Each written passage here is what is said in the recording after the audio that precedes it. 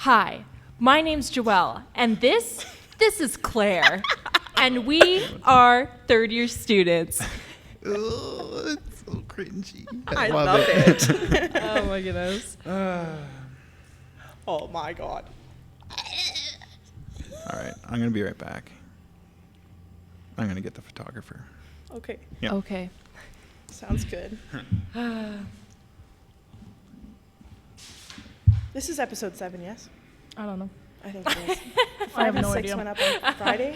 Yeah, this should be episode 7. This is so... I love this. Ah. Just a little bit. Yeah. This is so weird. I almost burped. I was literally thinking that. Those acoustics. I feel like this might be a good time to tell you guys I already started the recording. Oh no. I love that. Hello. A little bit of a outtake. I think that should be included in my own personal opinion.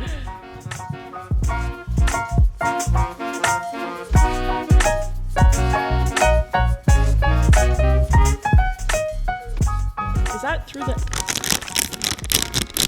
Can you hear that? Yeah. Hell yeah. Is it through like the... Yeah. Anywho. It's all G. See that? We're going to start. Okay, Let's do it. I'm excited. Okay.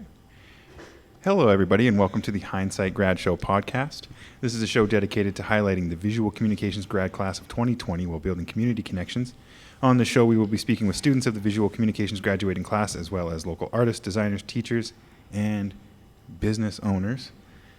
And today, here to talk about art life and everything in between, is Joelle Lissel. That's correct. Yes, a third-year student. We have two students, two graduating students, and Claire Hawker, a.k.a. Seahawk, a.k.a. Chalker, Oh yeah. a.k.a. Claire. Hello. This is going to be so much fun. Claire, you want to talk about your project first? Let's dive in. Well, okay, so for my grad project, I'm doing a bedding brand, I guess you could say. So I'm really interested in interior design, but now through the visual communications program, I found a love for graphic design and branding. So I'm creating like a bedding brand. So it's interior design. You get to create your own bedding set, and then it's more personalized and whatnot. Yeah, I don't know. Cool. Very yeah. cool. Where are you at right now? Where am I at right now? Well, we have a month left, and I have some like rough sketches of some designs for bedding, and my brand name picked out. I expect nothing less. Yeah. That's pretty good. That's normal. So like That's a common. slow start, but I have a lot done. Yeah, A good finish. you Yes. have ideas, and that's good. That's like common theme, I think, sometimes in like this program is like not essentially having a lot done until like the last stretch, and then it's Absolutely. That's what Yeah, it is. honestly, I think that's how a lot of people do their work in our program. It's just like classic. On brand, you could Honestly. say. Yeah. Joelle. All right. Yeah, where are So you at? for my project, I am doing some motion graphic stuff combined with video, which I wasn't expecting, but I'm taking a video class and I'm really enjoying it. So I was like, do you know what? Let's combine the two. So my topic is born on the internet. So I'm using my two sisters as examples because of their age difference.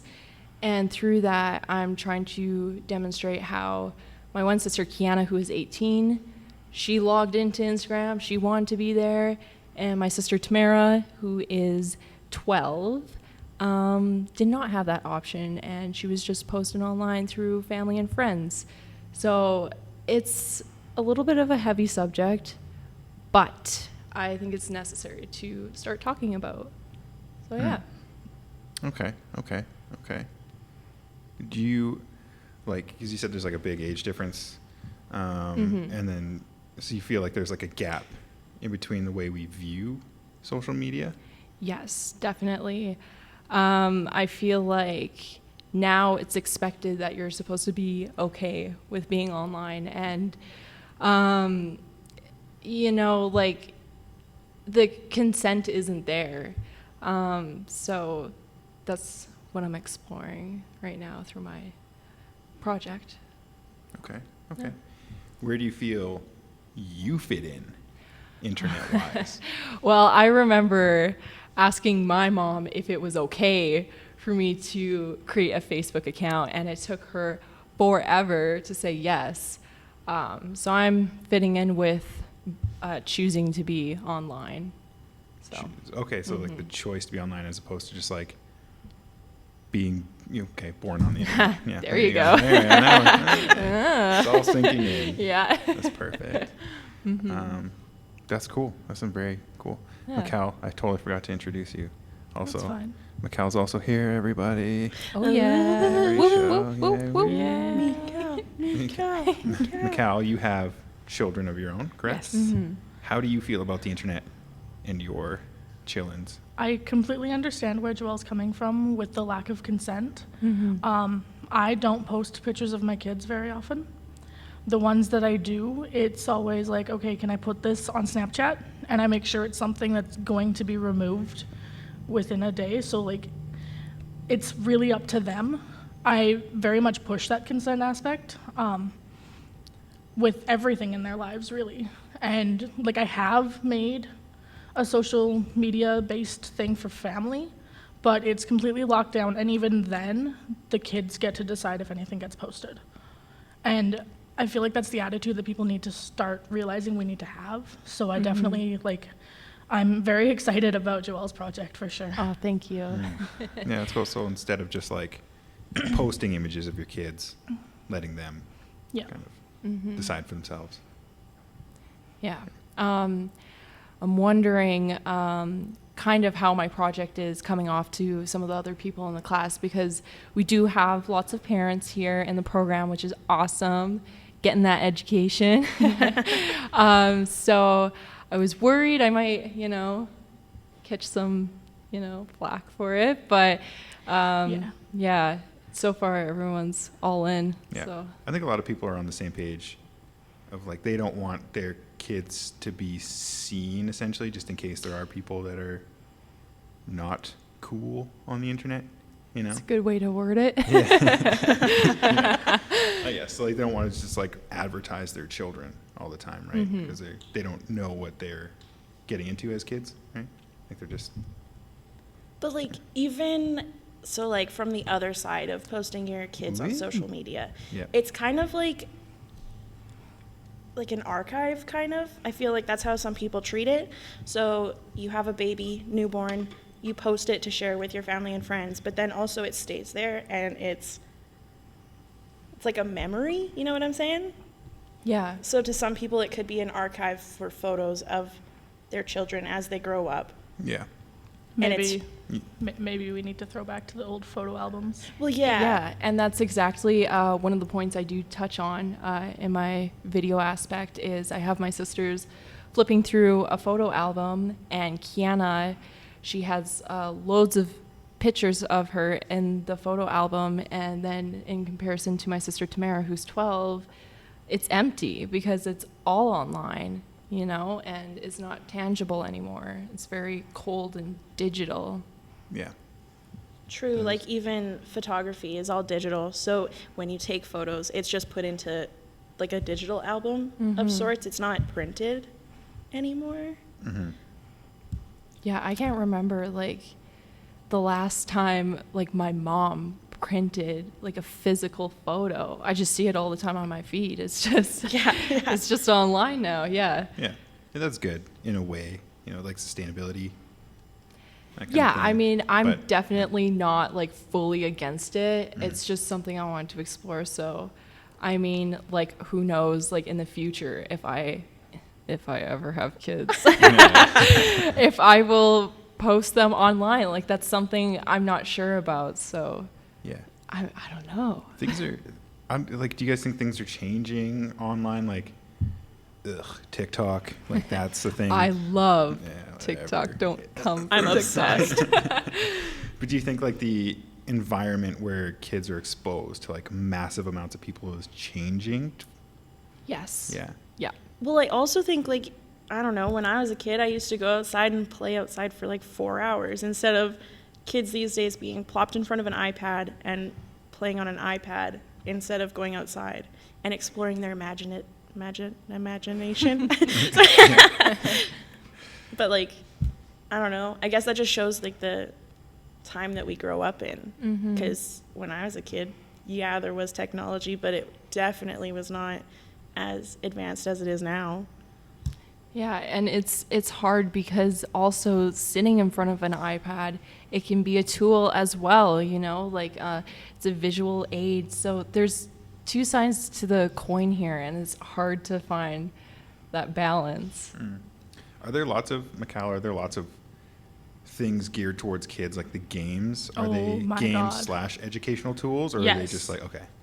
There's so many different apps and like even YouTube videos. They say like, oh, it's educational, but then it's like 5 minutes of educational, 20 minutes of bullshit.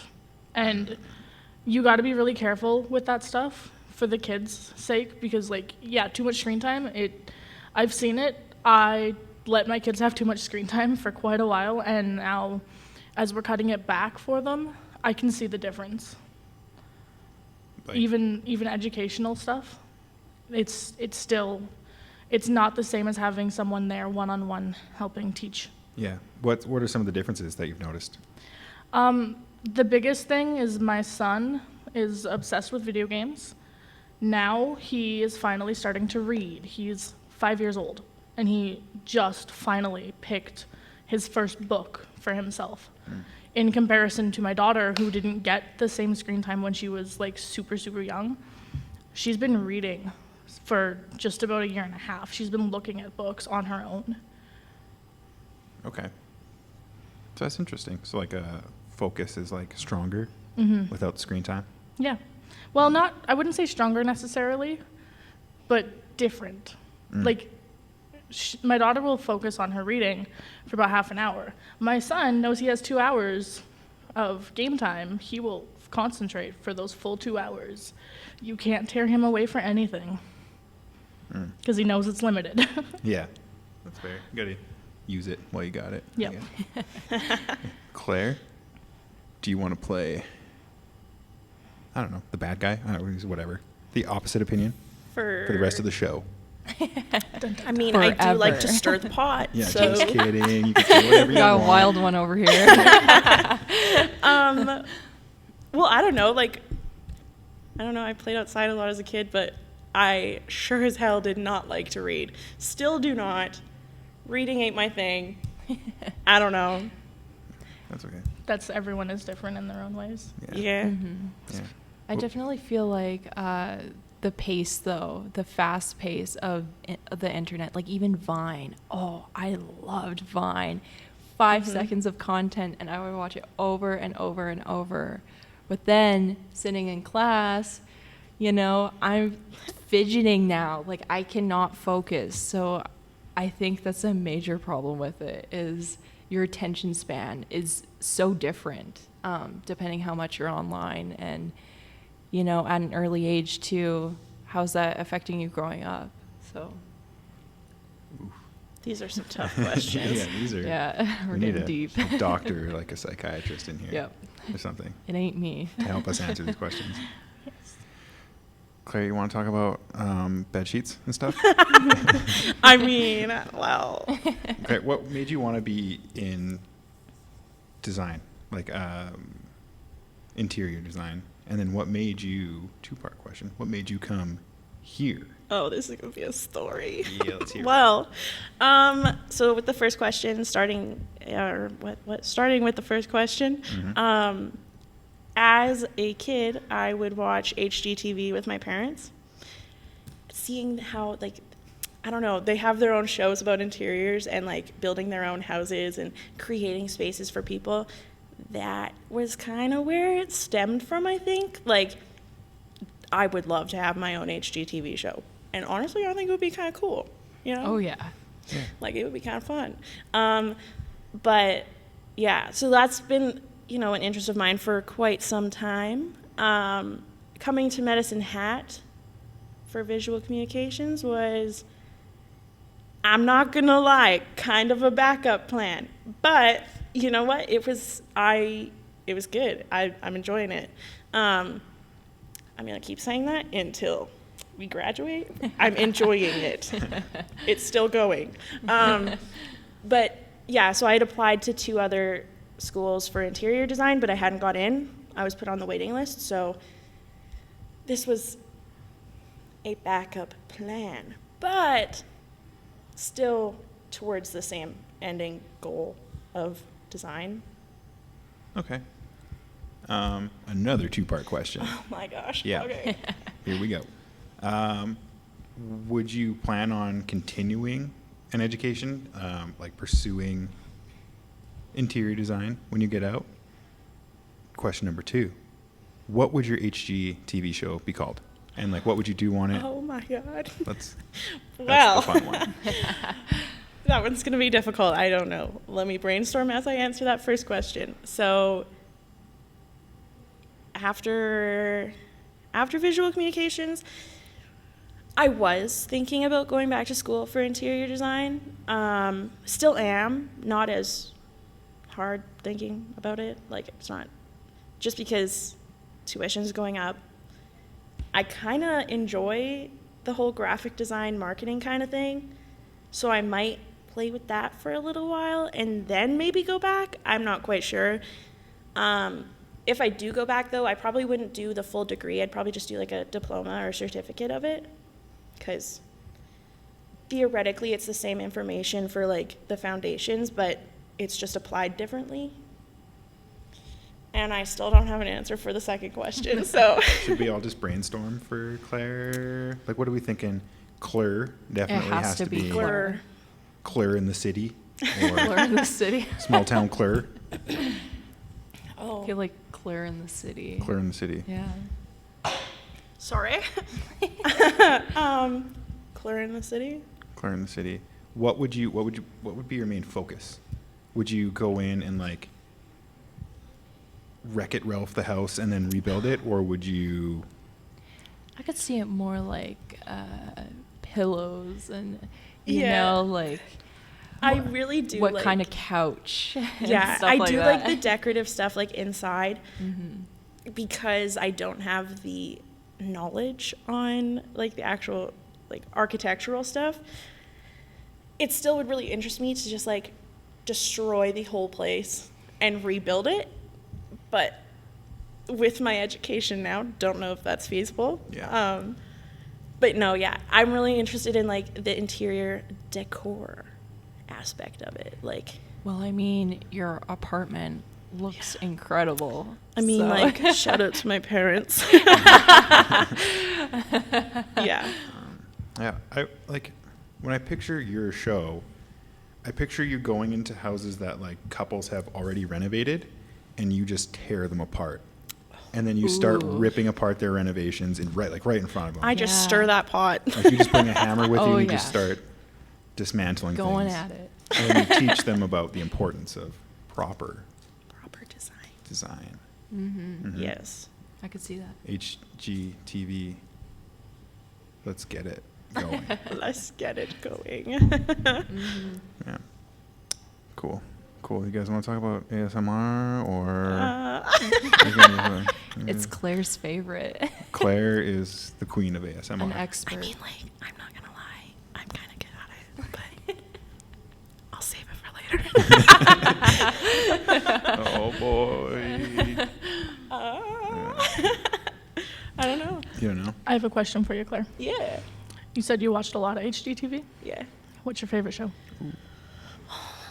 I mean, like, I really used to like Property Brothers, but like, I knew you were gonna say that. but like recently, I think it's called Joanne and Chip or Chip and Joe or something. I'm not familiar. I can't remember what it's called, but it's really good. Have you seen those tiny homes? Oh my gosh. Those are really cool. I do love a good tiny home renovation. Here's the thing about tiny homes. I've been looking at a lot because I love the idea, but they're basically just like fancy small trailers. No, but that's so cool. I mean, you're not wrong. Yeah, it's like, it's cool. But like the solutions to storage that I've seen are so cool. Like the fact that you can fit like a whole house sized or like apartment size into like a little trailer and still have like storage and stuff. That's so cool. I just feel like, where would I put all of my shit? Like, I have so much crap. Value Village is where you put Oh it. yeah. Yeah. Just gotta pawn it all off. Yeah, you get rid of it. That's the only way you can make it work. Heck yeah. Yeah. Would you guys ever live in a tiny home? Cal, what were you going to say? I know of some, well, I watched a show of tiny houses, and one of them had a baby grand piano in it. So No I think you got way. space. Oh man. Right. I need to rethink my life here. Yeah. Shipping containers. Yes. That's where I'll. That's Oh, that's Hell yeah. They are pretty cool. I did hear, I don't actually know this because I didn't really look into it. I just heard it once. But some shipping container companies were getting in trouble because they were just making new shipping containers to like use for the tiny homes instead of recycling old ones. Oh, I see what you're saying. You know what I mean? That's So it's crappy. not as sustainable. Not as sustainable. Kind of the opposite. True. Yikes. Still a great idea. These tiny homes are, like, in fact, you can like stack shipping containers. So cool. I love it. They also make good pools. Oh my It's goodness. shipping containers. Hmm. Like, do you just bury them or do you just above ground it? Either. There are a lot of companies in the U.S. that will fit your shipping container to be a swimming pool. I've never heard of that A before. giant fish tank with sharks. Sharks. Sharks. Oh man. Oh man, that'd be so cool. Would you guys have like a preference of tiny home? Have you ever looked into tiny homes and thought like, ooh, I'd love that one? Like I saw one that was like Disney themed tiny homes. Like Jack Skellington was one. Elsa had her own. I actually, guilty pleasure, loved the tiny homes, the Disney ones. Like I'm not gonna lie to you. I've never seen them. Yeah. That will be something that I'm looking up later today. Mm-hmm. Like 3 a.m. 3 a.m. Catch me looking up Disney tiny homes. It'd be a sweet village though. I'm not gonna lie, I would live there. Yeah. Yeah, So like, are we making a VisCom village? yeah, Disney themed tiny homes. Oh yeah. Oof. We can throw like a Bauhaus tiny home in there. Like, I think we could just like get all of it. You know, all of the different styles. That's a lot of styles. Each person can have their own style. Every time someone graduates the program, join our VisCom village. Yeah, Of course, I'm joking. yeah, I'm not. Okay. Oh. Yeah. That'd be a blast. Yeah. Claire, how are you? Me? Oh, Yeah. well. Yeah. I'm good. It's funny. It seemed like the hardest question so far. What, that question? Yeah, just like how are you? It really is. I mean, like, yeah. Yeah, it really hits people. I mean, like it's March. Oh, It's- we're gonna talk about deadlines. Oh, it's coming up. Ugh, Yeah. I just rather not talk about it and just keep floating. perfect. You know? So let's get into it. There we go. Yeah. How much time do we have left? First question. Not a 8 lot. minutes. 8 minutes to talk about all the deadlines. Dun, All dun, the dun, dun, dun. deadlines. A deadline for our deadlines. Yeah. Ugh. We have 4 weeks left? Is that 5 weeks? 5 We're- weeks. 5, I think? 5 weeks. 5 weeks on Saturday, like this past Saturday till the show. Are we counting the week after the grad show? So 5 weeks to the show, 6 weeks left of school. Well, that's more time than I thought, so that's a good thing. For some reason, I had 4 weeks in my head. Yo, That sounds scary. pooping my pants. I'm scared. I'm scared. Yeah. What's like the hardest thing about deadlines and art? Let's throw that one out there. You just got to get over those creative blocks ASAP, because if you don't, you're going to show up empty-handed, and that is so hard to do. Yeah. Yeah. I think, like, my thing is, you know, getting over the creative block, but, like, coming up with something that I'm proud of or happy with, Yeah. between that timeline is just Oh my goodness. Especially now that we're in our last year and, I just feel like I'm creatively drained. Yeah, I agree with that. I'm feeling a little Like on the tired end, but like- still pushing through. It's a drought. I think it's also because I'm trying to focus more on the quality of my work now too, whereas maybe previously I've just been focused on getting it done, but this time I'm thinking about more of what I'm interested in and how I want it to come across.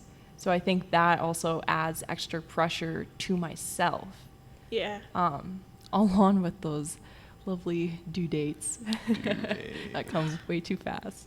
They do. They sneak up. You get like 3 or 4 weeks to do like we feel like we need to be doing like professional quality work. And a lot of the time it's just like individual Yeah. projects, and then it's just like there, and you hate everything you've done. Absolutely, yeah. Oh, yeah. Oh yeah. When I get to that point, I just scrap it all and restart. Doesn't matter how close I am to that It's deadline. hard to keep pushing through and develop the idea further because it's so easy to throw it in the trash bin and start over, but then you get stuck in that cycle, Yeah. which is even worse. Yeah. I think it's good, like a good practice to maybe scrap ideas too. Like maybe not like a day before your deadline. Maybe not then. Yeah, maybe not. But like learning to let go of ideas is good. Claire, have you scrapped a project? You give me like a day before to the deadline? I mean, like my personal brand identity one, yeah.